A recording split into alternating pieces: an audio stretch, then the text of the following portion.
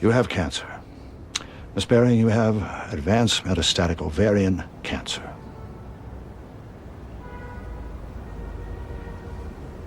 Go on. You are a professor, Miss Bearing. Like yourself, Dr. Kalikian. Ah, yes. Now then, you present with a growth that unfortunately went undetected in stages 1, 2, and 3. Now it is an insidious adenocarcinoma. Insidious? Insidious means undetectable at an early stage. Insidious means treacherous. Shall I continue? Oh, by all means. Good. In invasive epithelial carcinoma, the most effective treatment modality is a chemotherapeutic agent. We are developing an experimental combination of drugs designed for primary site ovarian with a target specificity of stage 3 and beyond administration. Am I going too fast? No. Good. You will be hospitalized as an inpatient for treatment each cycle. After the initial 8 cycles, you will have another battery of tests. The antineoplastic will inevitably affect some healthy cells, including those lining the gastrointestinal tract from the lips to the anus and the hair follicles. We will, of course, be relying on your resolve to withstand some of the more pernicious side effects. Miss Bearing? Oh, I beg your pardon. Do you have any questions so far? Please go on. Perhaps some of these terms are new? No. You're being very thorough. I make a point of it, and I always emphasize it with my students. Oh, so do I. Thoroughness, I always tell my students, but they are constitutionally averse to painstaking work. Yours too. Oh, it's worse every year. Oh, mine are blind. Oh, well, mine are deaf. You just have to hope. I suppose so. Where were we, Dr. Bearing? I believe I was being thoroughly diagnosed. Right. Now, the tumor is spreading very quickly, and this treatment is very aggressive. So far, so good? Yes. Better not teach next semester. Out of the question.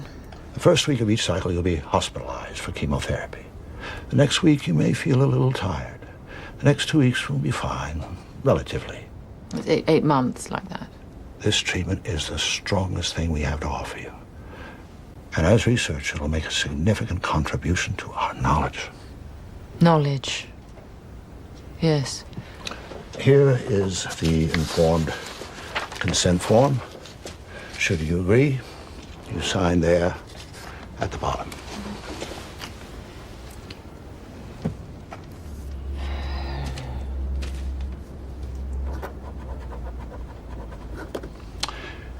Is there a family member you want me to explain this to? Oh, that won't be necessary. Good. The important thing is for you to take the full dose of chemotherapy. There may be times when you'll wish for a lesser dose due to the side effects, but we've got to go full force. Dr. Bearing? Yes. You must be very tough. Do you think you could be very tough? You needn't worry. Good. Excellent.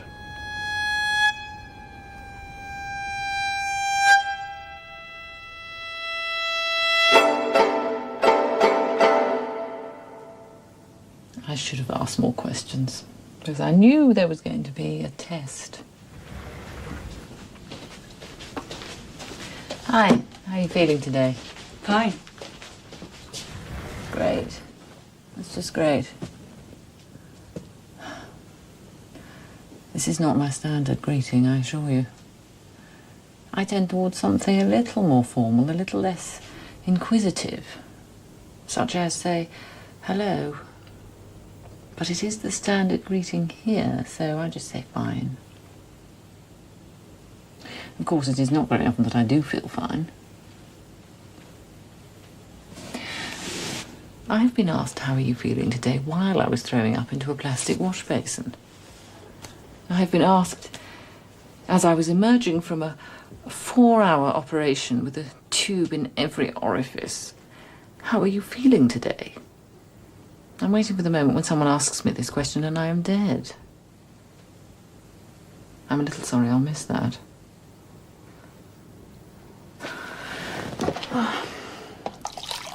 I have cancer insidious cancer with pernicious side effects. No, the treatment has pernicious side effects. I have stage 4 metastatic ovarian cancer. There is no stage 5. Oh, and I have to be very tough. It appears to be a matter, as the saying goes, of life and death. I know all about life and death. I am, after all, a professor of 17th century poetry, specialising in the holy sonnets of John Donne, which explore mortality in greater depth than any other body of work in the English language. And I know for a fact that I am tough. A demanding professor, uncompromising, never one to turn from a challenge. That is why I chose to study John Donne, while a student of the great E.M. Ashford.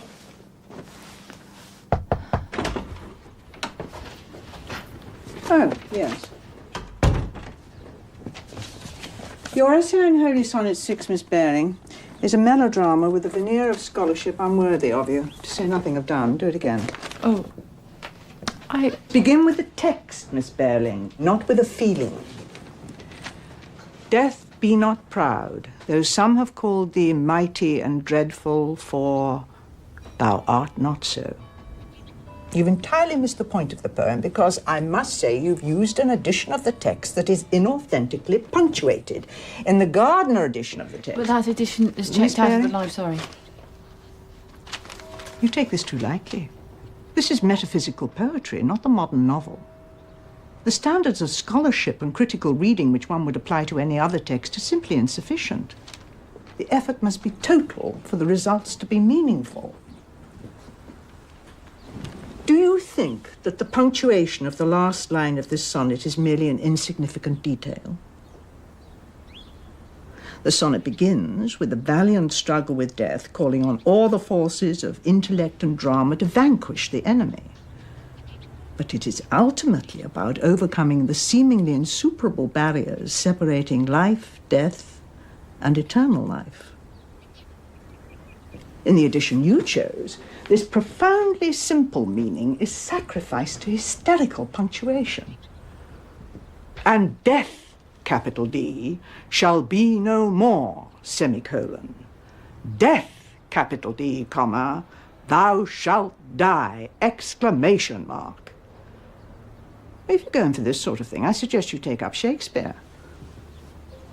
Gardner's edition of the Holy Sonnets returns to the Westmoreland manuscript source of 1610, not for sentimental reasons, I assure you, but because Helen Gardner is a scholar.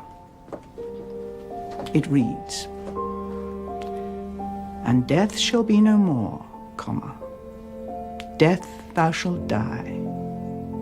Nothing but a breath, a comma, separates life from life everlasting. Very simple, really. With the original punctuation restored, death is no longer something to act out on a stage with exclamation marks. It is a comma, a pause. In this way, the uncompromising way, one learns something from the poem, wouldn't you say? Life, death, soul, God, past, present. Not insuperable barriers, not semicolons, just a comma. Life, death, I see. It's a metaphysical conceit, it's wit. I'll go back to the library about It is not wit, Miss Bearing, it is truth. The paper's not the point. Isn't it? Vivian, you're a bright young woman. Use your intelligence. Don't go back to the library. Go out. Enjoy yourself with friends,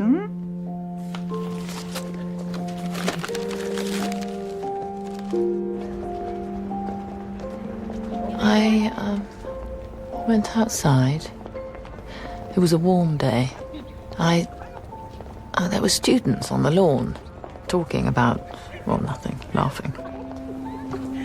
Simple human truth.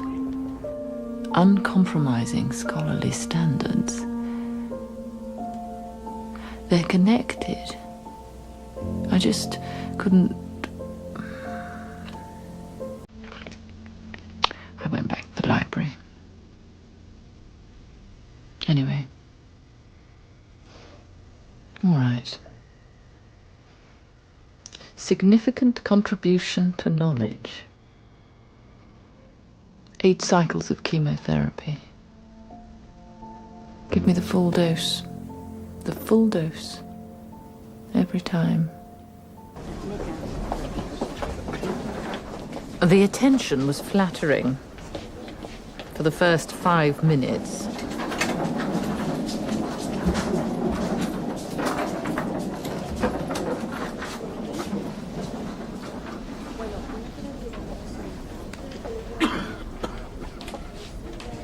Name? My name. Vivian Bearing. Huh? Bearing. B-E-A-R-I-N-G. Vivian, V-I-V-I-A-N. Doctor? Yes, I have a PhD. You're a doctor? Oh, Dr. Harvey Kalikian.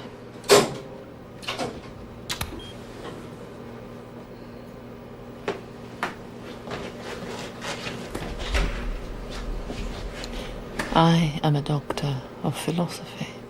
Take a deep breath and hold it. Okay. A scholar of 17th century poetry. Arms above your head and hold it. Okay. I have made an immeasurable contribution to the discipline of English literature. I am, in short, a force. Okay, that's it. Name? Lucy, Countess of Bedford. I don't see it here. My name is Vivian Bearing, B-E-A-R-I-N-G. Dr. Kalikian is my doctor. Okay. Lie down.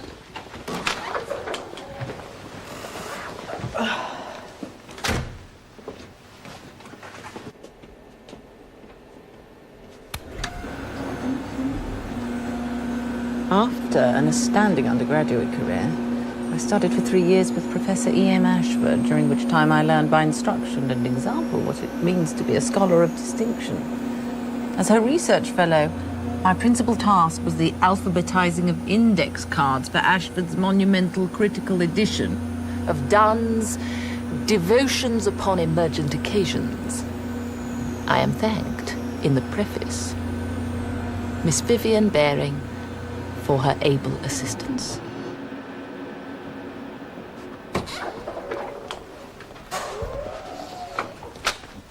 Thank you.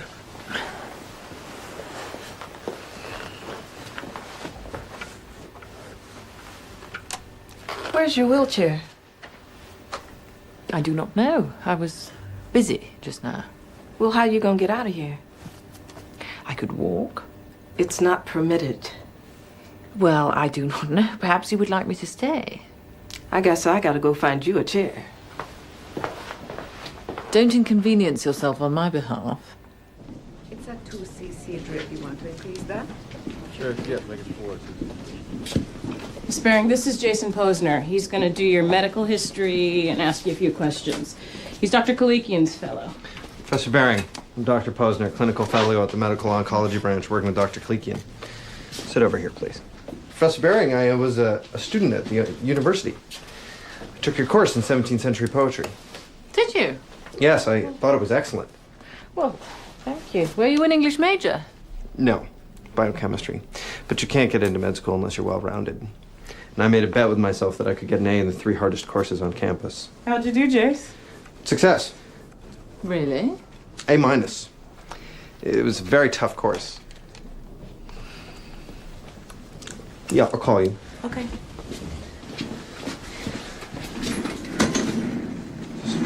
Wheel this over. Okay, now, I'm going to be taking your history, which is a medical interview, and then I give you an exam. I believe Dr. Kalikian has already done that. Well, I know, but Dr. Kalikian wanted me to do one too. Very well. Okay, let's just get started. How are you feeling today? Fine, thank you. Excellent. And how's your general health? Fine. Good. Now, we know that you're an academic, Yes, we've established that. so we don't need to talk about your interesting work. No. How old are you? 48. Are you married? No. Are your parents living? No. How and when did they die? My father, suddenly, of a heart attack when I was 21. And my mother, slowly, when I was 41 and 42, of cancer, breast cancer. Cancer. Yeah, breast cancer. I see. Any siblings? No. Now I'm going to ask you about your past medical history. Have you ever been hospitalized? Yes, I had my tonsils out when I was 8. Have you ever been pregnant? No. Heart murmurs? No. High blood pressure? No. Venereal diseases? Uterine infections? No. Thyroid? Diabetes? Cancer? No. Well, cancer, yes. Well, when? Now. Well, not including now. In that case, no. Okay. Clinical depression, nervous breakdowns, suicide attempts? No. Do you smoke? No. Ethanol? I beg your pardon. Alcohol? Oh. Ethanol. Yes, I drink wine. How much? How often? A glass with dinner occasionally, and perhaps scotch every now and then. Do you use any substances? Such as? Marijuana, cocaine, crack cocaine, PCP, ecstasy, poppers? No. Do you drink caffeinated beverages? Oh, yes. Which ones? Coffee, a few cups a day.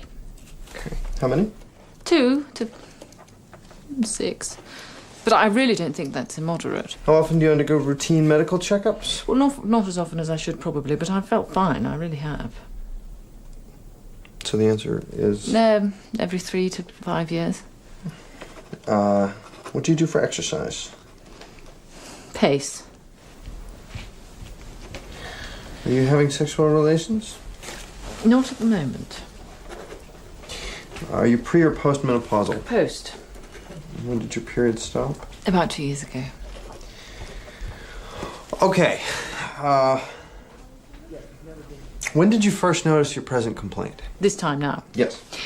Oh, well, about 4 months ago I felt a pain in my stomach, in my abdomen, like a cramp, but not the same. How did it feel?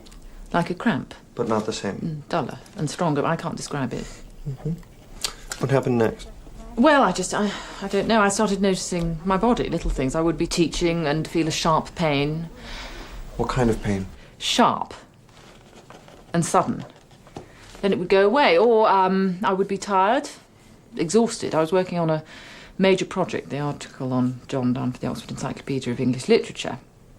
It was a great honour, but I had a very strict deadline. So would you say you were under stress? It wasn't so much more stress than usual. I just couldn't withstand it this time. I don't know.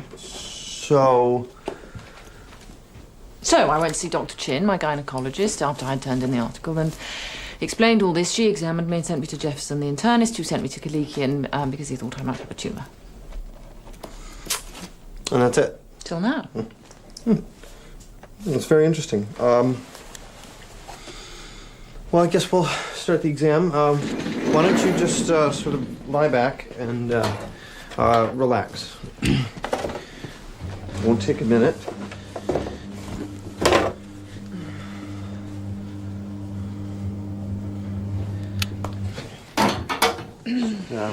Let me get this sheet here.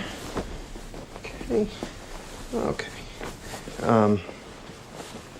Oh yeah. Just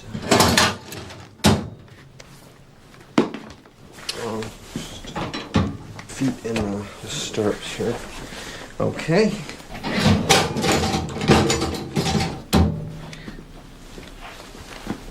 Okay. Could you just, yeah. There. Okay. Good, okay.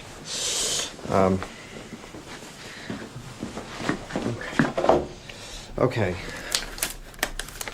Oh, I've got to go get Susie. I got to have a girl here, some crazy clinical rule. Don't move, I'll be right back. Susie? I wish I had given him an A. Susie? 2 times 1 is 2. 2 times 2 times 3 is 6.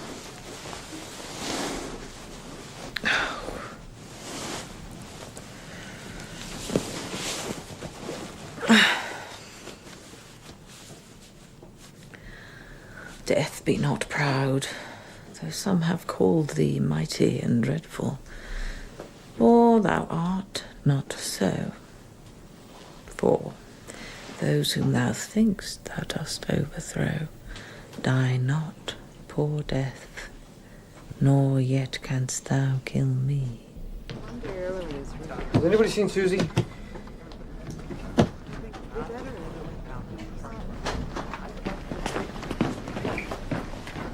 One short sleep past, we wake eternally, and death shall be no more, comma, death thou shalt die.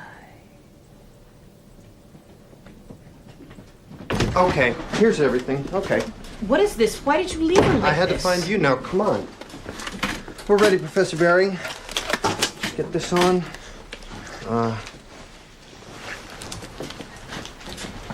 All right. All right. Just get this up. Ooh, just relax. Okay. Isn't that interesting, Susie, that I had Professor Bearing? Yeah. I wish I had taken some literature. I don't know anything about poetry. Professor Bearing was very highly regarded on campus, looked very good on my transcript that I had taken her course. They even asked me about it in my interview to medical school. Jesus. What? What? Yeah, I survived Bering's course, yeah. No problem. Yeah, John Donne, those metaphysical poets, that metaphysical wit. Hardest poetry in the English department.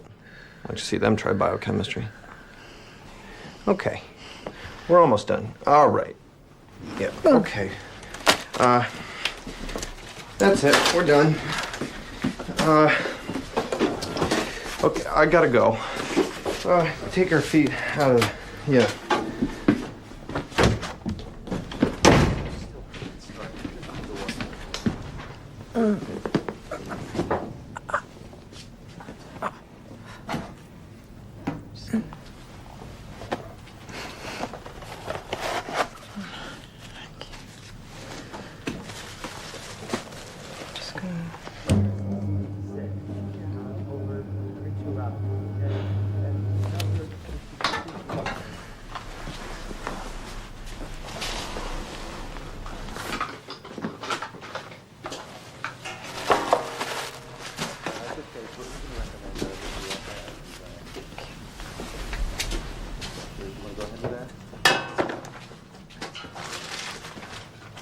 That was hard.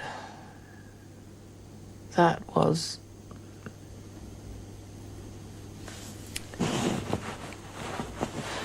One thing that can be said for an 8-month course of cancer treatment, it is highly educational. I am learning to suffer.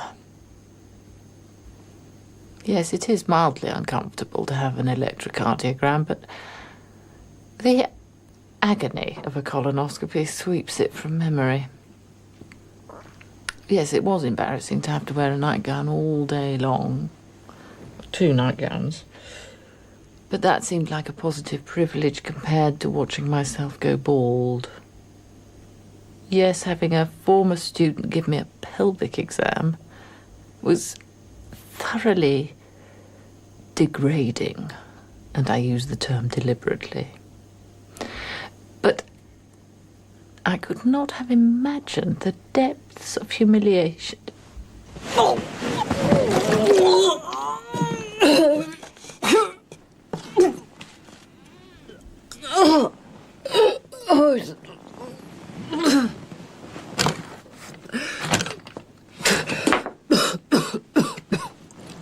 God. God. Please.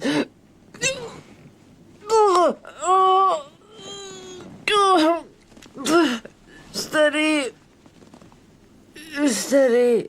Oh, God.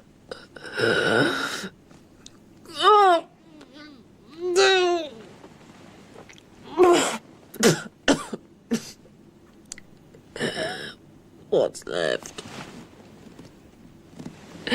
I haven't eaten in 2 days. What's left to puke?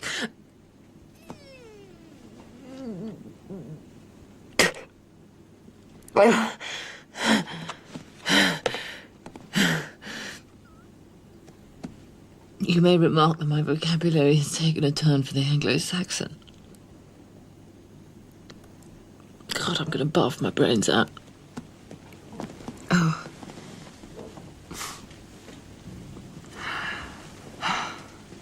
If I did actually barf my brains out,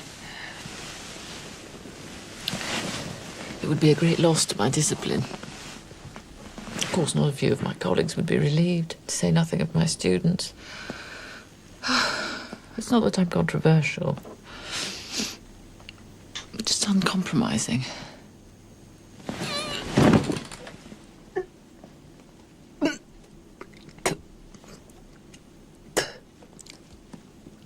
False alarm.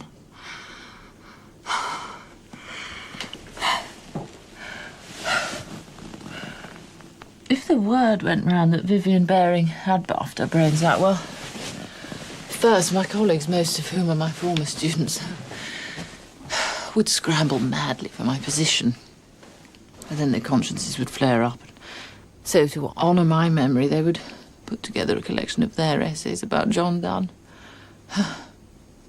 The volume would begin with a warm introduction capturing my most endearing qualities.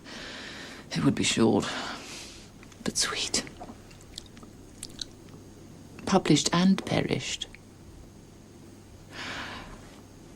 Now, watch this. I have to ring the bell. How you doing, Miss Bearing? You having some nausea? Yes. Okay, I'll be with you in a second. Someone has to come and measure this emesis and record it on a chart of my intake and output. This counts as output.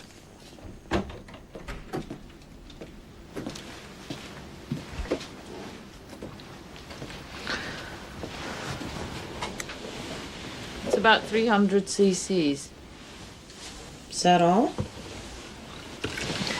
It was very hard work. Yep. It's 300. Good guess. Okay. Is there anything else I can get you? Got some Jell-O or something? Thank you, no. You okay all by yourself in here? Yes. You're not having a lot of visitors, are you? None. To be precise. I didn't think so. Is there somebody you want me to call or something? That won't be necessary. I don't want visitors. Okay. Well, I'll tell you what. I'll just pop my head in every once in a while to see how you're doing. Make sure you're okay. If you need anything, you just ring. Thank you. Okay.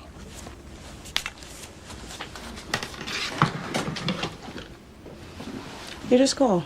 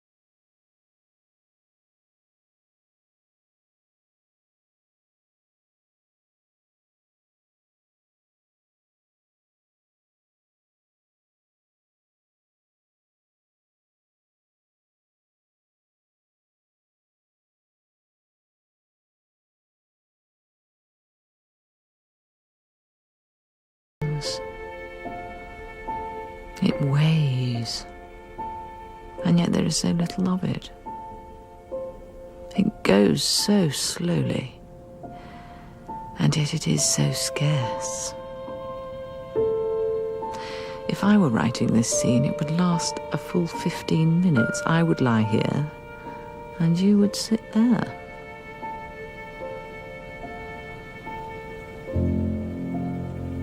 Not to worry. Brevity is the soul of wit. But if you think 8 months of cancer treatment is tedious for all of you, consider how it feels to play my part. All right, all right. Let's say it's Friday morning. Grand rounds is what they call it. Action! Dr. Bearing? Dr. Kalikian. Professor Bearing, how are you feeling today? Fine. Great, just great. Very late detection, stage is 4 upon admission. Hexamethylphosphosol with Vin platin to potentiate. Hex at 300 milligrams per meter squared, Vin at 100. Today is cycle 4, day 3. All cycles are at the full dose. Primary site is here, behind the left ovary. Metastases are suspected in the peritoneal cavity, mainly in this area here. Full lymphatic involvement. At the time of first look surgery, a significant part of the tumor was debulked, mainly in this area here. Left, right ovaries, fallopian tubes, uterus, all out. Evidence of primary site shrinkage. Shrinking in metastases has not been documented. Primary mass, frankly palpable in pelvic exam, all through here. Excellent command of details. Okay. Problem areas with X and Vin? First, of course, is myelosuppression, a lowering of blood cell counts. That goes without saying. With this combination of agents, nephrotoxicity will be next. Anybody else? Side effects? Nausea, vomiting. Jason? Routine. Pain while urinating. Routine. Psychological depression. No way. Oh, anything else? Other complaints with Hex and Vin? Come on. Mouth sores? Not yet. Skin rash? No. Why do we waste our time, Dr. Bearing? I do not know, Dr. Kalikian. Use your eyes. Good grief. Hair loss. Come on. Doesn't count. You can see that. Jason? Hair loss after first cycle of treatment. That's better. Dr. Bearing, full dose. Good. Excellent. Keep pushing the fluids.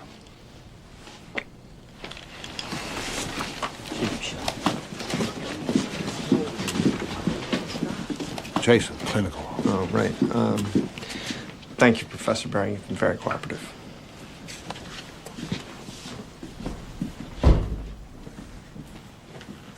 Wasn't that grand? Full of subservience, hierarchies, gratuitous displays, sublimated rivalries. I feel completely at home. It is just like a graduate seminar. With one important difference. In grand rounds, they read me like a book. Once I did the teaching, now I am taught. This is much easier. I just hold still and look cancerous. Jason was impressive, wasn't he?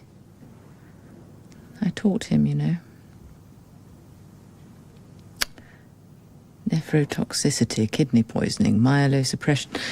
They are medical terms. I look them up. It has always been my custom to treat words with respect. I can recall the time, the very hour of the very day when I knew words would be my life's work. I like that one best. Read another. I think I'll read The Tale of the Flopsy Bunnies.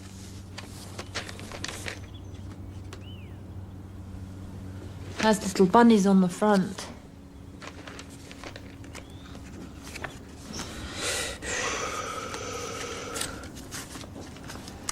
The Tale of the Flopsy Bunnies by Beatrix Potter.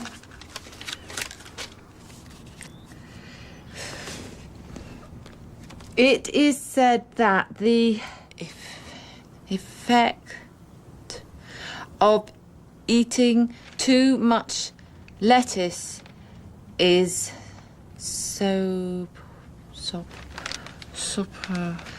what is this word? Say it in bits.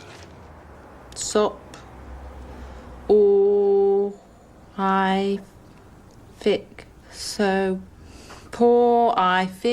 What does that mean? Soporific? Causing sleep. Causing sleep. Makes you sleepy. Soporific means makes you sleepy. That's right. Now, use it in a sentence. What has a soporific effect on you? What has a soporific effect on me? What makes you sleepy? Nothing. That's right.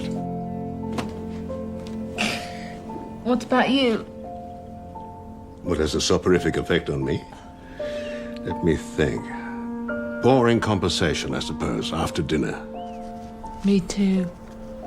Boring conversation. Good. Excellent. Carry on. It is said that the effect of eating too much lettuce is soporific. The little bunnies in the picture are sleeping. They're sleeping, like you said, because of soporific. The illustration bore out the meaning of the word, just as he had explained it. At the time, it seemed like magic. So, imagine the effect the words of John Donne first had on me. Ratiocination, concatenation, coruscation, tergiversation. Medical terms are less evocative. Still, I want to know what the doctors mean when they anatomize me. My only defense is the acquisition of vocabulary.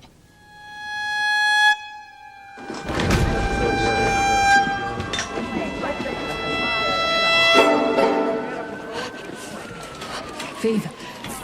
Neutropenia. Okay, when did it start? I was at home reading. I felt so bad. I got cold. Fever and neutropenia. They said to come in. You did the right thing. Did somebody drive you? A cab. I took a taxi. Okay.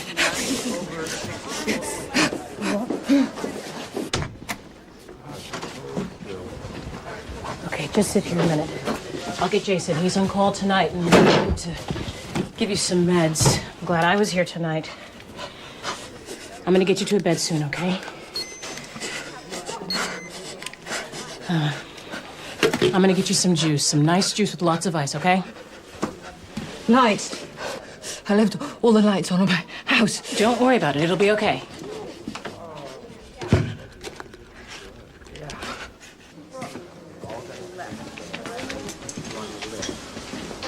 Here. Professor Bearing, you're feeling. My teeth are chattering. Vitals? Temp 102, pulse 120, respiration 36. Fever and neutropenia. It's a shake and bake. Blood culture and urine stat. Admitter. Prepare for reverse isolation. Start with acetaminophen. Vitals every 4 hours.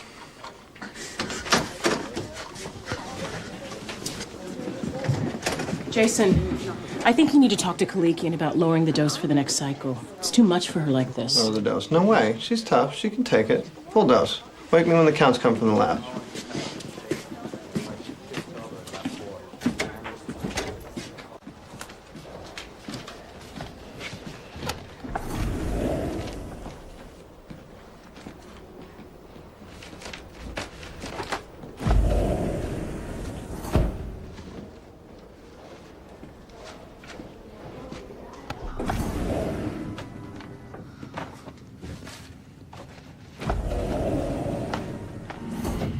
Good morning, Dr. Bearing.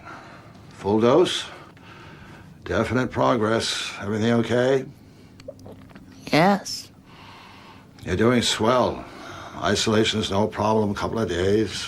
Think of it as a vacation. Oh.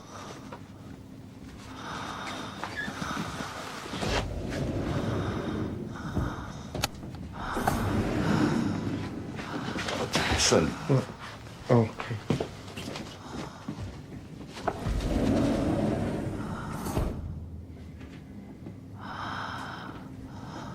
In isolation. I am isolated. For once I can use a term literally. The chemotherapeutic agents eradicating my cancer have also eradicated my immune system.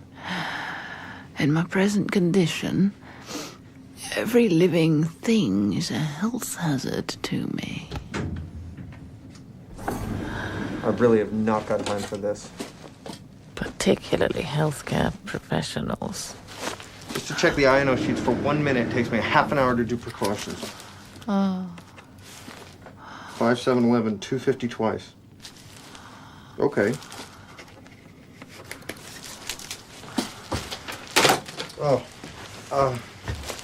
Professor Bearing, how are you feeling today? Fine, just shaking sometimes from the chills. IV should kick in any time now, no problem. Listen, I gotta go. Keep pushing the fluids, okay? I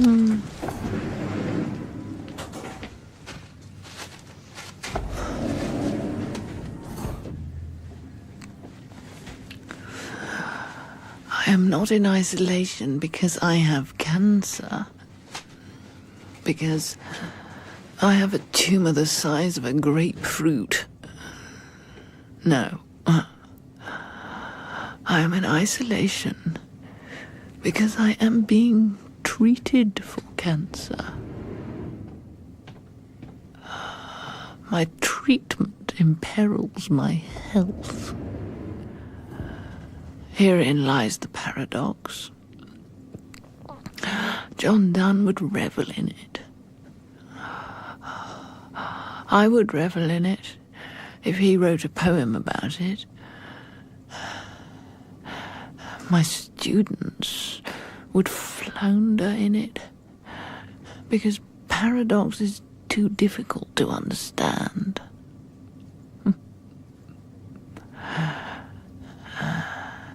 Think of it as a puzzle, I would tell them, an intellectual game.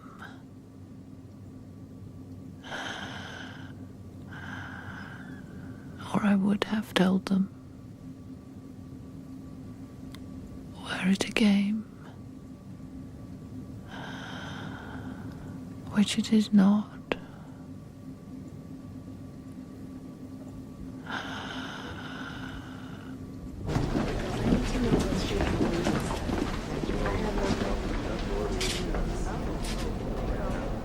Through death on else immortal us. If lecherous goats, if serpents envious, cannot be damned. Alas, why should I be? Why should intent or reason born in me make sins else equal in me more heinous? And mercy being easy and glorious to God in his stern wrath, why threatens he? But who am I that dare dispute with thee?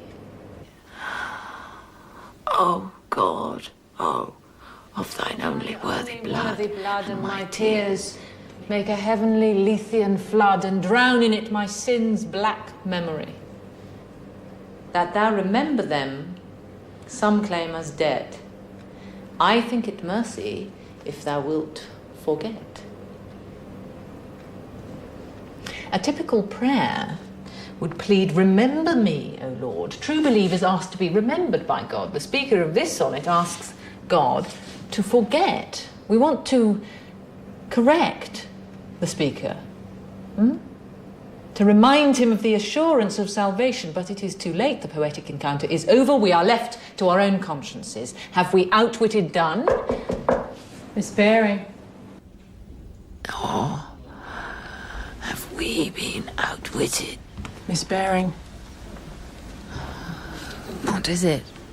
You have to go down for a test. Jason just called. They want to do another ultrasound. They're concerned about a bowel obstruction. No, not now. I'm sorry, they want it now. Not right now. It's not supposed to be now. Yes, they want to do it now. I've got the chair. It should not be now. I am in the middle of this. I have this planned for now, not ultrasound. No more tests. We've covered that. I know, but they need for it to be now. It isn't a bad procedure and it won't take long, so why don't you just come along now? I do not want to go now. Miss Bearing.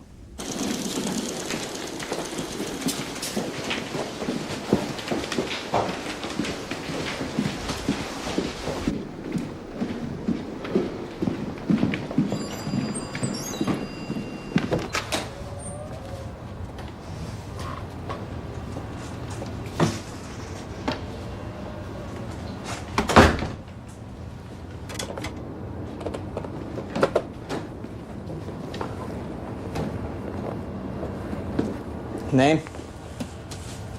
Bearing. Kilikian. It'll just be a minute. Time for your break. Yep. Take a break.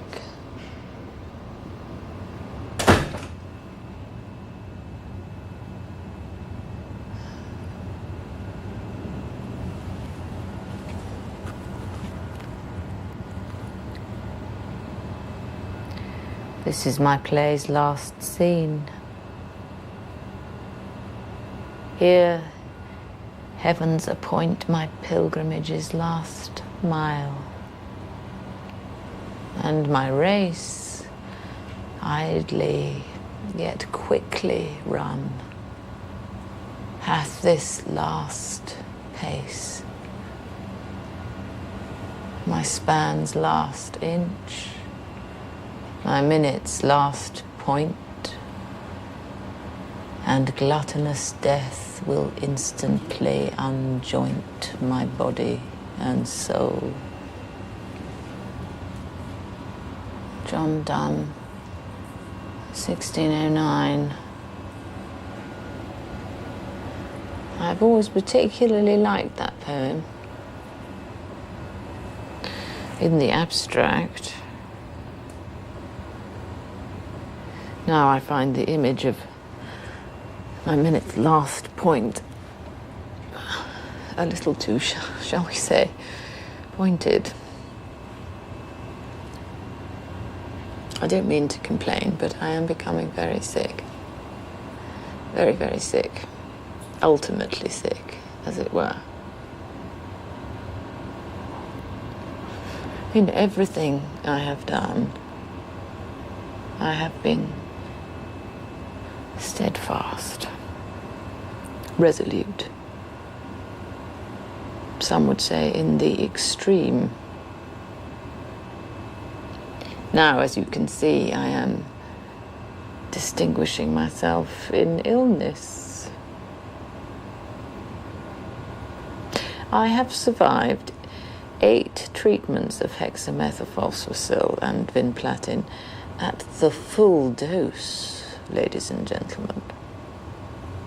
I have broken the record. I have become something of a celebrity. Kilikian and Jason are simply delighted. I think they see celebrity status for themselves. Upon the appearance of the journal article, they will no doubt write about me.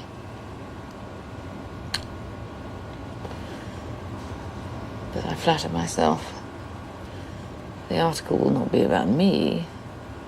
It will be about my ovaries. It will be about my peritoneal cavity, which, despite their best intentions, is now crawling with cancer.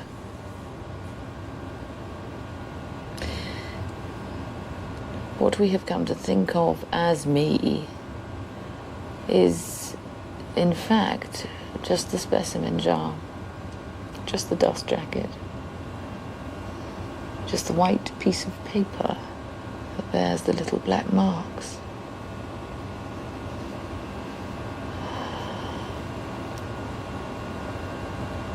My next line is supposed to be something like this. Oh, it is such a relief to get back to my room after those infernal tests. This is hardly true.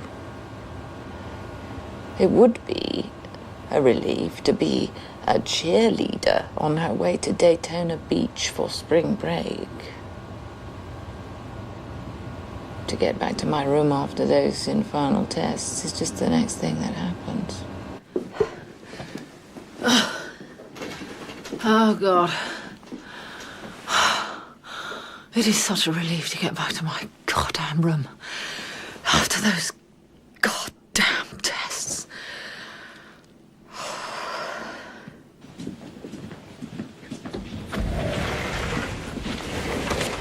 Professor Bearing, just want to check your eye, you know.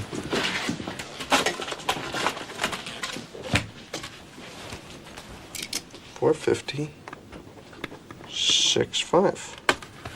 Okay. How you feeling today? Fine. Great. It's just great. How are my fluids? Pretty good. No kidney involvement yet. That's pretty amazing with Hex and Vin. How will you know when the kidneys are involved? Lots of in, not much out. That simple. Well, no way. Compromised kidney function is a highly complex reaction. I'm simplifying it for you. Thank you. We're supposed to. Bedside manner. There's a whole course on it in med school. It's required. Colossal waste of time for researchers. I can imagine. Jason? Huh? What were you saying just then? When? Never mind. Professor Bearing, you experiencing confusion? Short-term memory loss? No. You sure? Yes. Okay. No, I was just wondering, why cancer? Why cancer?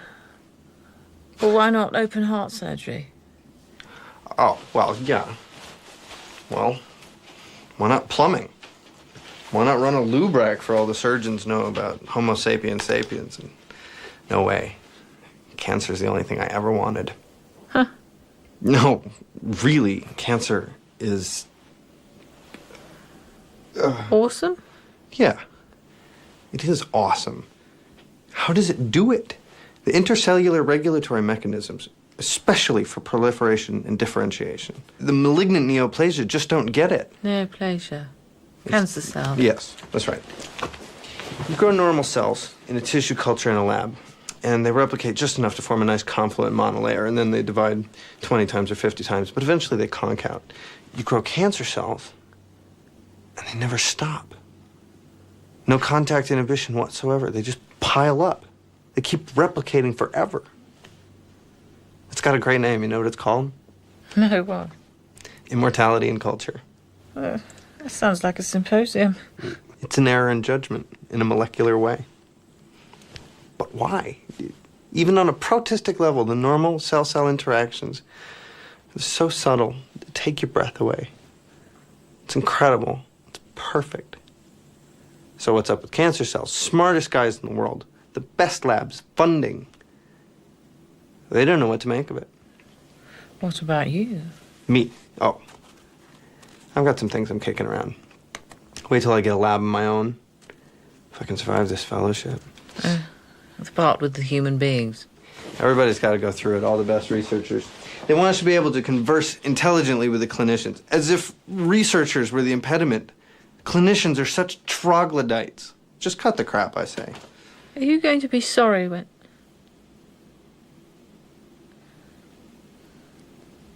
Do you ever miss people? Everybody asks that, especially girls. What do you tell them? Tell them yes. Are they persuaded? Some. Some. Oh, I see. Hmm. And what do you say when a patient is apprehensive, frightened? Of who? I just... Never mind. Professor Bearing, who's the President of the United States? I'm fine. really. It's all right. You sure? I could order a test. No. No. I'm fine. Just a little tired. Okay. Listen, I gotta go. Keep pushing the fluids. Try for 2,000 a day, okay? Okay. To use your word. Okay.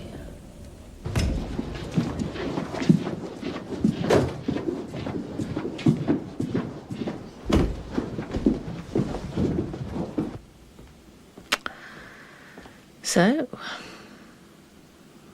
the young doctor, like the senior scholar, prefers research to humanity. At the same time, the senior scholar, in her pathetic state as simpering victim, wishes the young doctor would take more interest in personal contact. Now, I suppose we shall see how the senior scholar ruthlessly denied her simpering students the touch of human kindness she now seeks.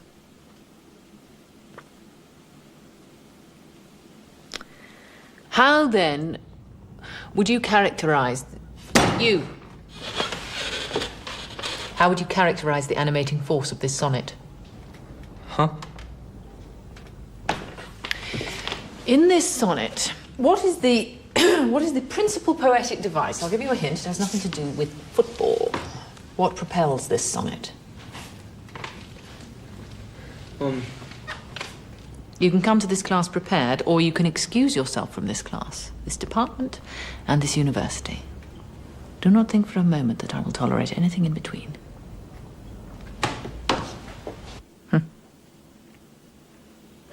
Did I say... You are 19 years old. You are so young. You don't know a sonnet from a steak sandwich. By no means.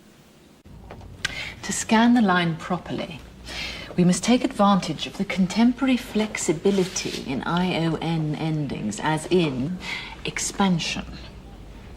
The quatrain stands, are two souls... Therefore, which are one, though I must go, endure not yet a breach, but an expansion, like gold to airy thinness beat.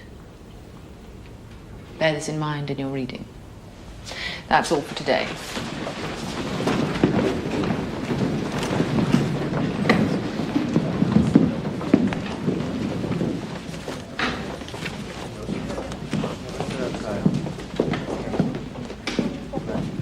Professor Bearing, can I talk to you for a minute? You may. I need to ask for an extension on my paper. I'm really sorry. I know your policy, but... Don't tell me. Your grandmother died. You knew? It was a guess. I have to go home. Do what you will, but the paper is due when it is due.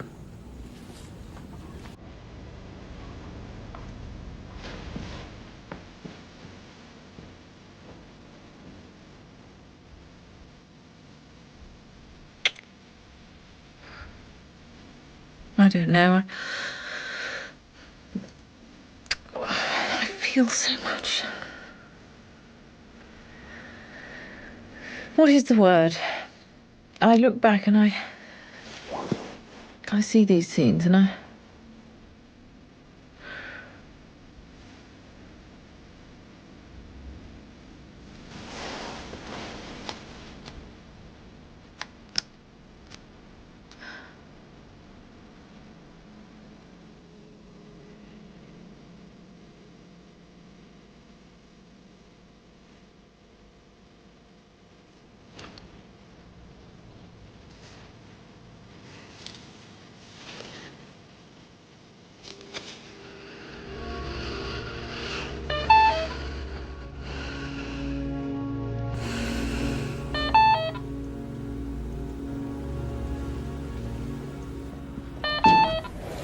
Bearing, is that you beeping at 4 o'clock in the morning?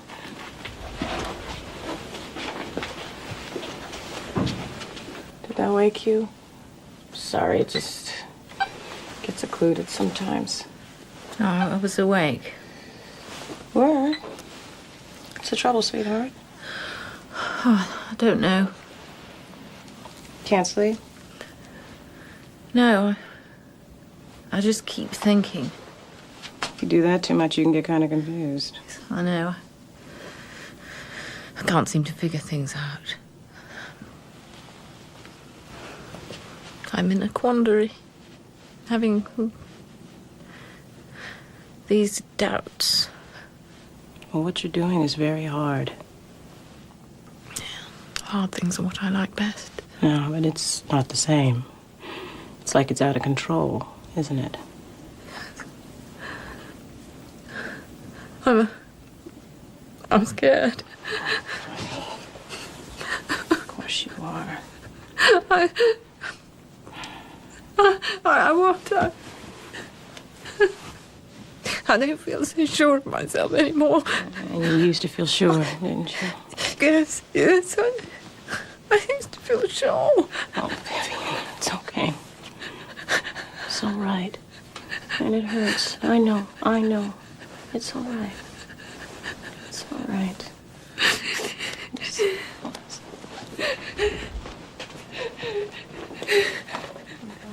It's okay. It's all right. Vivian, it's okay. It's all right. Hey, Vivian. You want a popsicle? Yes, please. Okay. I'm gonna go get one. I'll be right back, okay?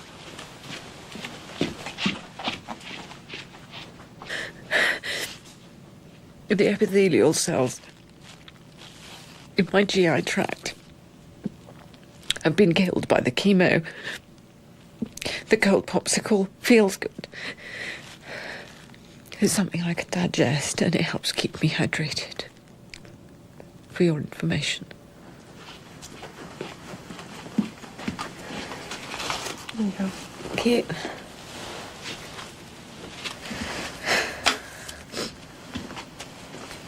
Here. Sure? Thanks. Cute.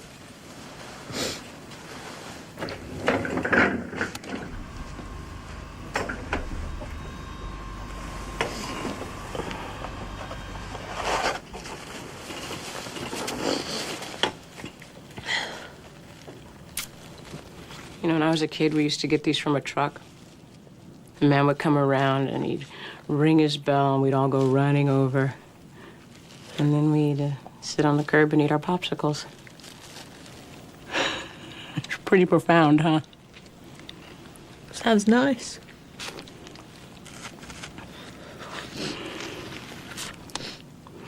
Vivian, there's something we need to talk about. That you need to think about.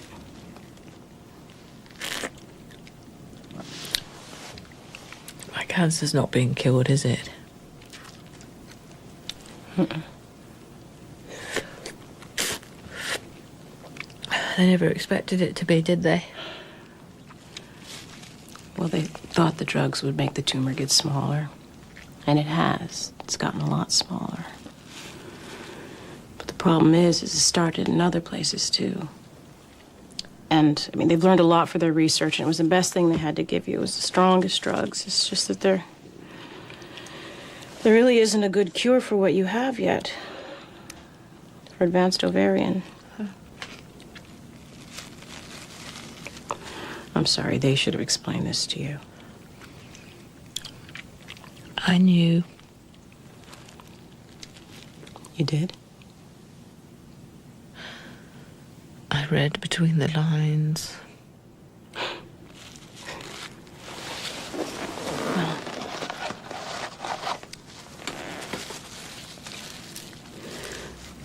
what you need to think about is your code status. What you want them to do if your heart stops beating. Well?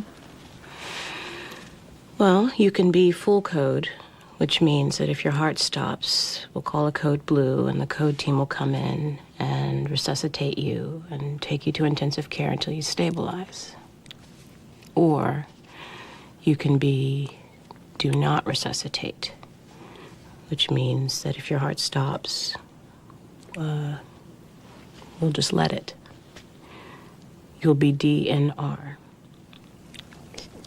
And you can think about it, but I just wanted to present you with both choices before Kalikian and Jason come in and talk to you.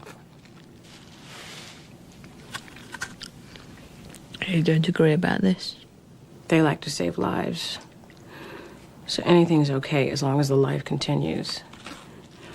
Doesn't matter if you're hooked up to 1 million machines. Kalikian's a great researcher, he is, and the fellows like Jason, they're really smart. And it's an honor for them to be working with him. They always want to know more things. I always want to know more things. I'm a scholar. Or I was. When I had shoes. When I had eyebrows. Okay, well, that's fine. I mean, you'll be full code. No. Don't complicate the matter. No, really, it's fine. It's up to you. Just let it stop. Really? Yes. So if your heart stops beating, just let it stop.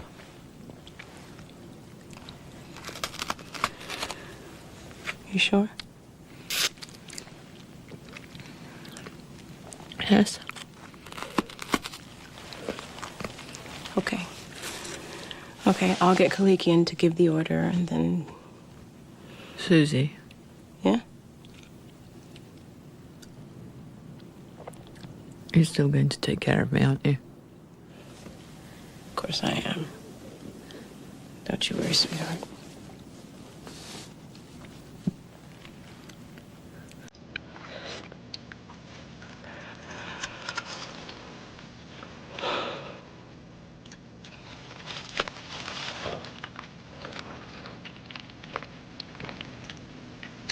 Okay.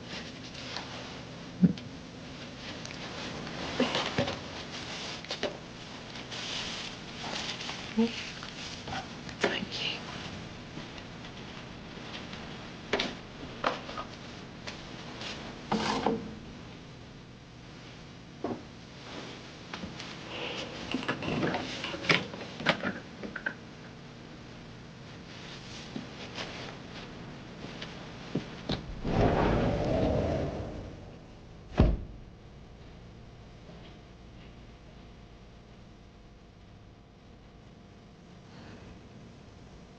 Well, that certainly was a maudlin display.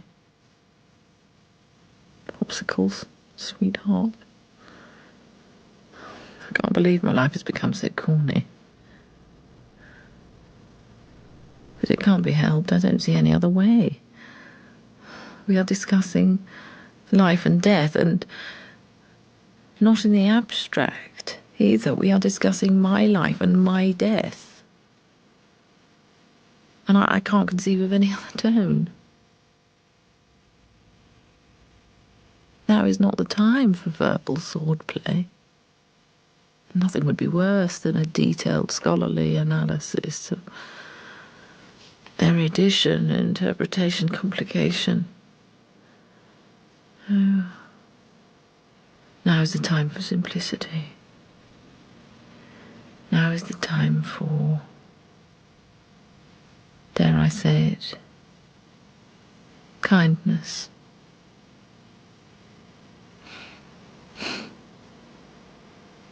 I thought being extremely smart would take care of it. But I see that I have been found out. Ooh.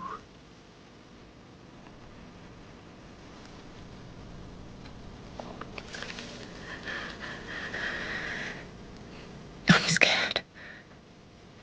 Oh, God.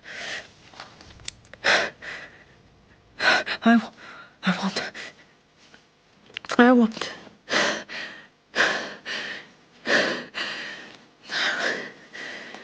Now, I want to hide. I just want to curl up in a little ball.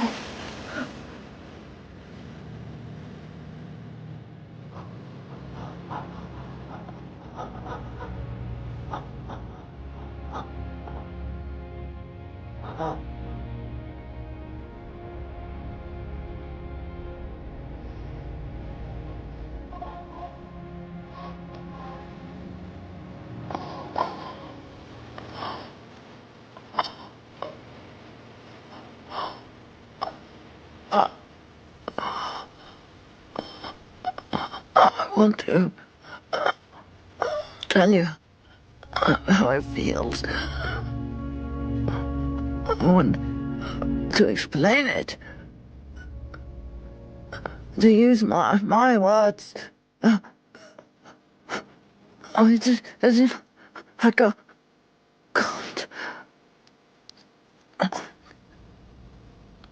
There aren't.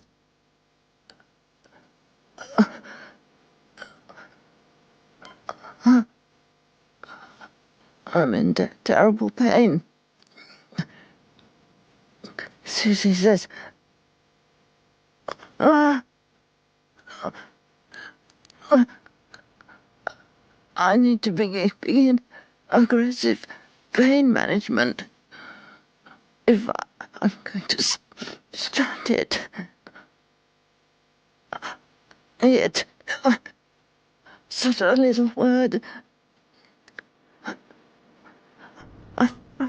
I think in this case, it signifies being alive.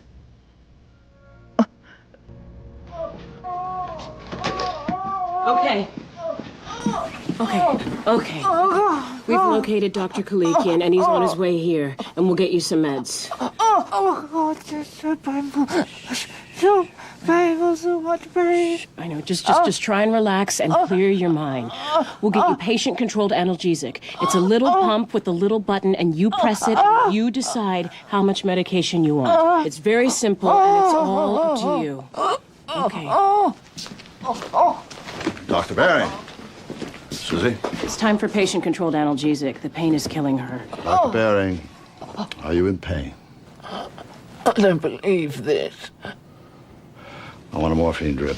But what about patient-controlled? She could be more alert. Ordinarily, yes, but in her case, no.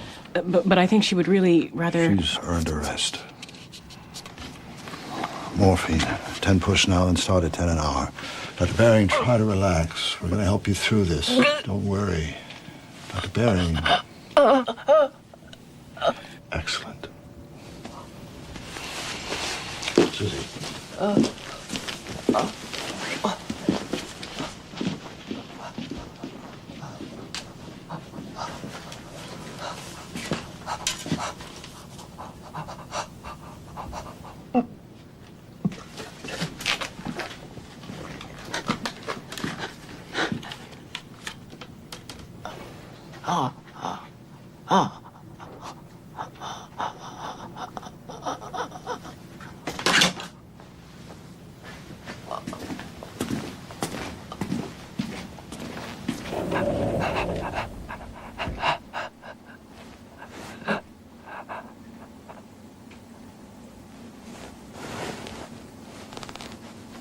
Hi.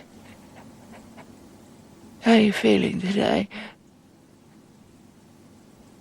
These are my last coherent lines. I'll have to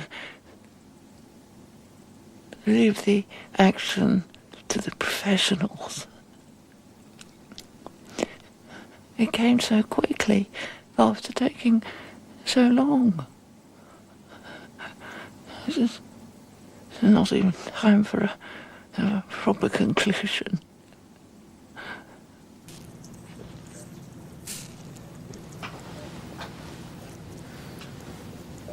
I trust this will have a soporific effect.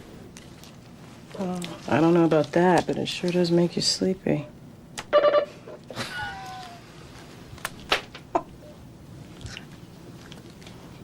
What's so funny?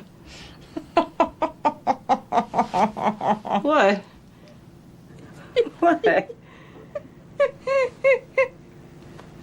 That's just... It's this soporific means. Makes you sleepy.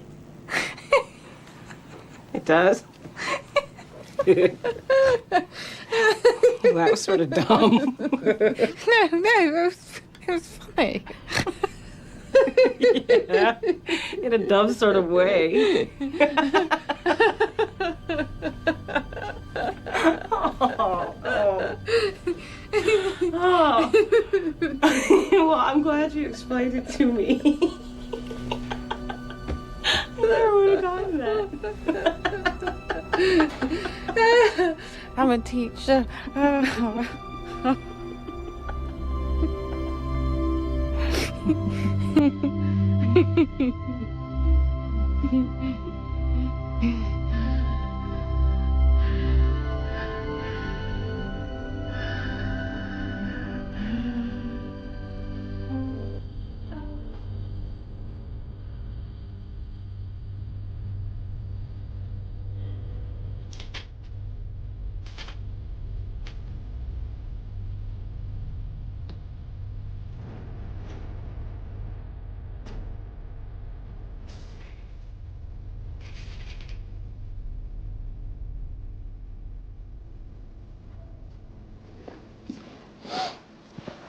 Yeah, she was a great scholar.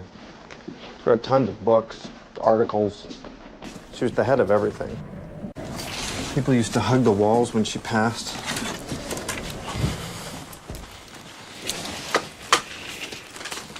$275, $520. Let's up the hydration. She won't be drinking anymore, see if we can keep her kidneys from fading. Yeah, I had a lot of respect for her. Just more than I can say for the entire biochemistry department. What do you want, dextrose? Keep her saline. She gave a hell of a lecture. No notes. Not a word out of place. It was pretty impressive. A lot of students hated her, though. Why? Well, she wasn't exactly a cupcake. She hasn't exactly been a cupcake here either. Now, Miss Bearing, Jason and I are here. We're going to insert a catheter to collect your urine. It's not going to hurt, so don't you worry. Like she can hear you. It's just nice to do. 8 cycles of Hexenbin at the full dose. Kleeking didn't think it was possible. I wish they could all get through it at full throttle, then we could really have some data. It's not what I imagined, you know? I thought someone who studied poetry would be more dreamy. Not the way she did it. Her course was more like boot camp in English class. This guy, John Dunn, was incredibly intense. Like your whole brain had to be in knots before you could get it. Oh, you made it hard on purpose? Well, it has to do with the subject matter. The holy sonnets we worked on mostly were mainly about salvation anxiety. That's a term I made up in one of my papers, salvation anxiety, but I think it fits pretty well. You're this brilliant guy. I mean, brilliant. This guy makes Shakespeare sound like a Hallmark card. And you know you're a sinner. And there's this whole promise of salvation, the whole religious thing, but you just can't deal with it. Well, how come? Because it doesn't stand up to scrutiny. But you can't face life without it either, so you write these screwed-up sonnets. Like a game to make the puzzle so complicated. What happens in the end? The end of what? To John Dunn. Does he ever get it? Get what? His salvation anxiety. Does he ever understand? Oh, no way. The puzzle takes over. You're not even trying to solve it anymore. Fascinating, really. Like, great training for lab research, looking at things at increasing levels of complexity. Well, until what? What do you mean? Well, what happens in the end? Do you ever get to solve the puzzle? Nah. When it comes down to it, research is just trying to quantify the complications of the puzzle. You help people, and you save lives and stuff. Well, sure, I save a guy's life, and the poor slob goes out and gets hit by a bus. Yeah, I guess so. I just don't think about it that way. Guess you can tell I never took a course in poetry. Well, if there's one thing we learned in 17th century poetry, you can forget all about that, all that sentimental stuff. Enzyme kinetics was more poetic than Bering's class. Besides, you can't just go around thinking about all that meaning of life garbage all the time. You just go nuts. Do you believe in it? Believe in what? I don't know, the meaning of life garbage. What do they teach you at nursing school?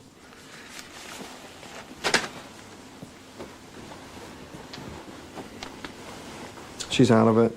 Shouldn't be too long. You done here? Yeah, I'll just tidy up.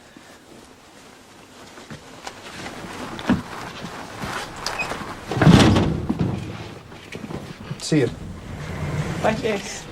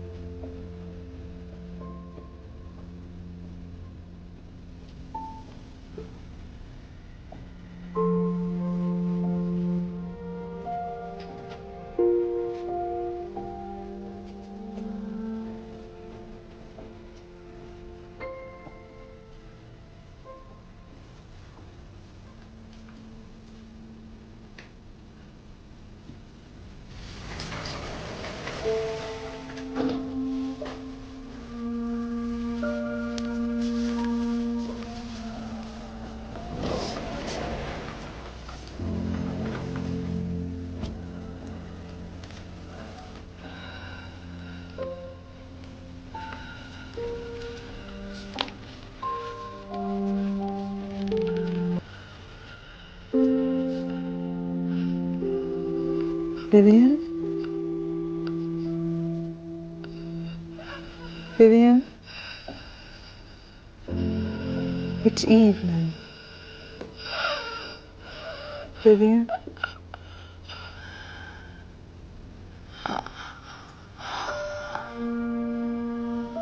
Oh, God.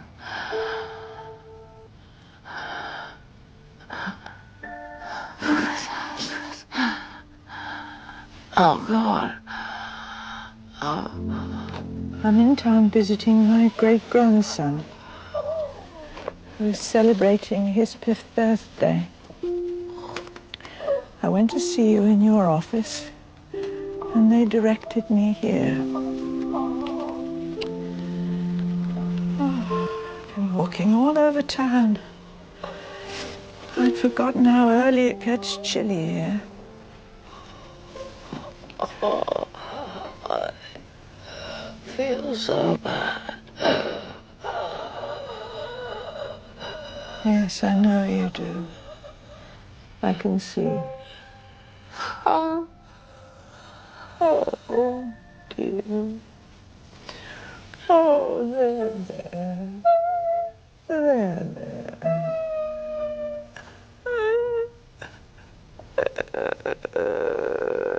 Oh, Vivian. Vivian.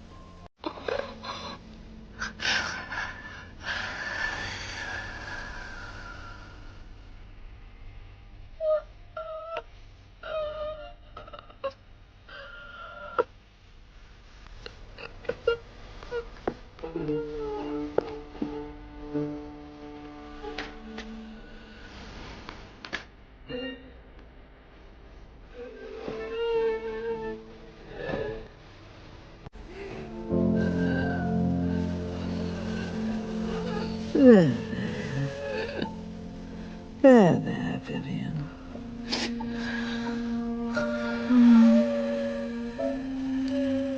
It's a windy day. Don't worry, dear.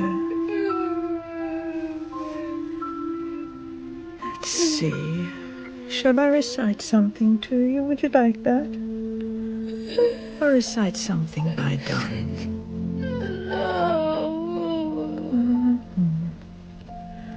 Very well.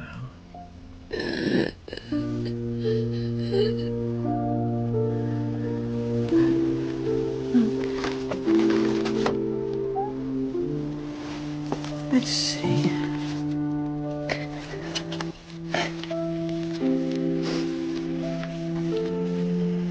The Runaway Bunny by Margaret Wise Brown.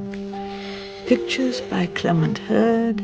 Copyright 1942. First Harper Trophy edition 1972.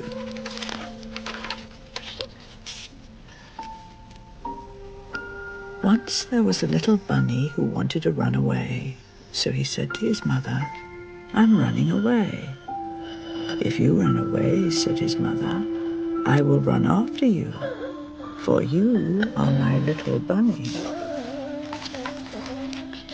"If you run after me," said the little bunny, "I will become a fish in a trout stream, and I will swim away from you." "If you become a fish in a trout stream," said his mother, "I will become a fisherman, and I will fish for you." Ah, look at that. A little allegory of the soul. Wherever it hides, God will find it. See, Vivian? "If you become a fisherman," said the little bunny, "I will be a bird and fly away from you." "If you become a bird and fly away from me," said his mother, "I will be a tree that you come home to." Ah, very clever. Ah. "Shucks," said the little bunny. "I might just as well stay where I am and be your little bunny." And so he did. "Have a carrot," said the mother bunny.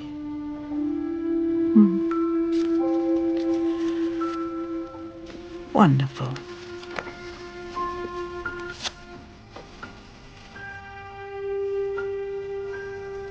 Time to go.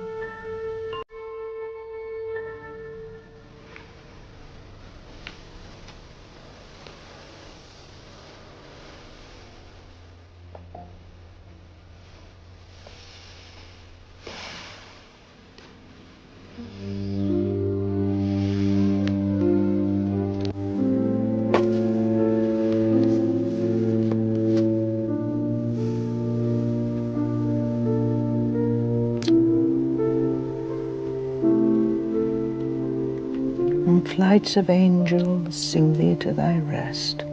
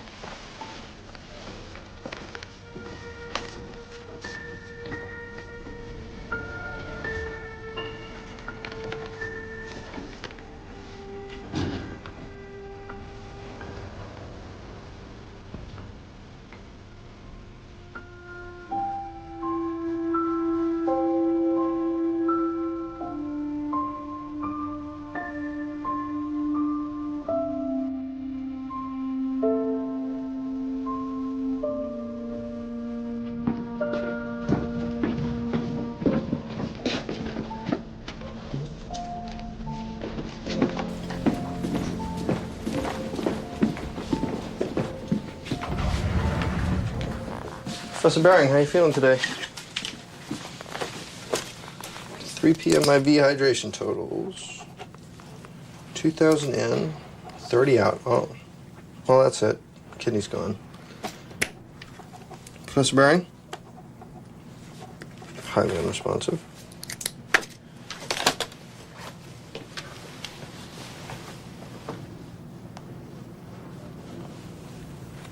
I see.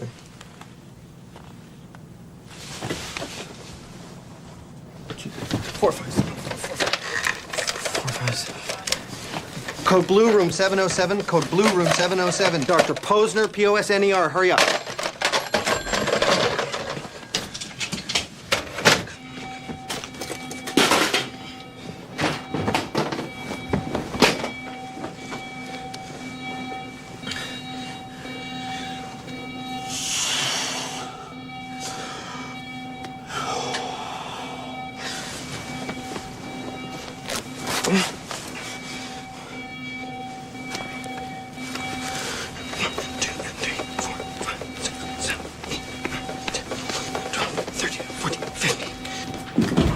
What are you doing? The goddamn code. She's Get over DNR. here. She's research. She's no code. Jason, she's no code. Kalikian put the order in. You were right there. You saw it yourself.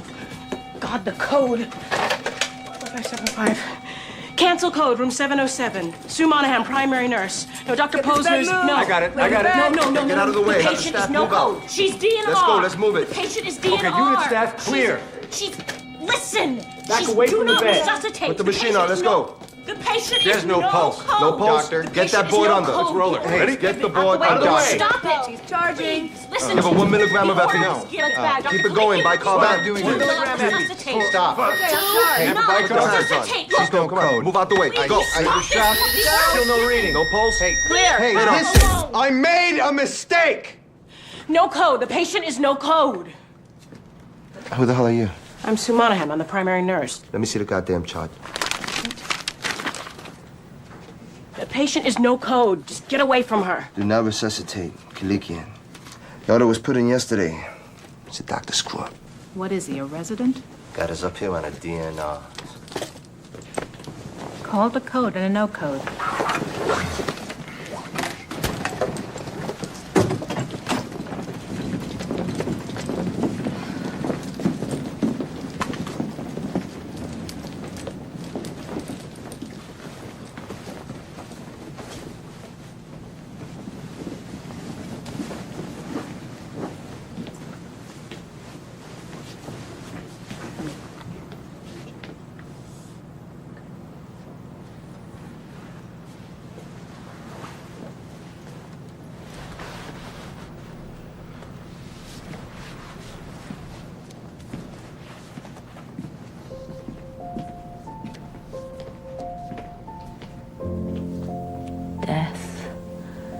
Be not proud, though some have called thee mighty and dreadful, for thou art not so.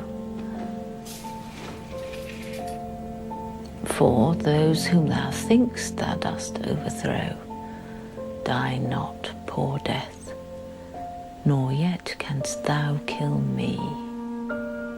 Thou art slave to fate, chance, kings, and desperate men, and dost with poison, war, and sickness dwell. And poppy or charms can make us sleep as well and better than thy stroke. Why swell'st thou then? One short sleep past, we wake eternally, and death shall be no more, comma. Death, thou shalt die.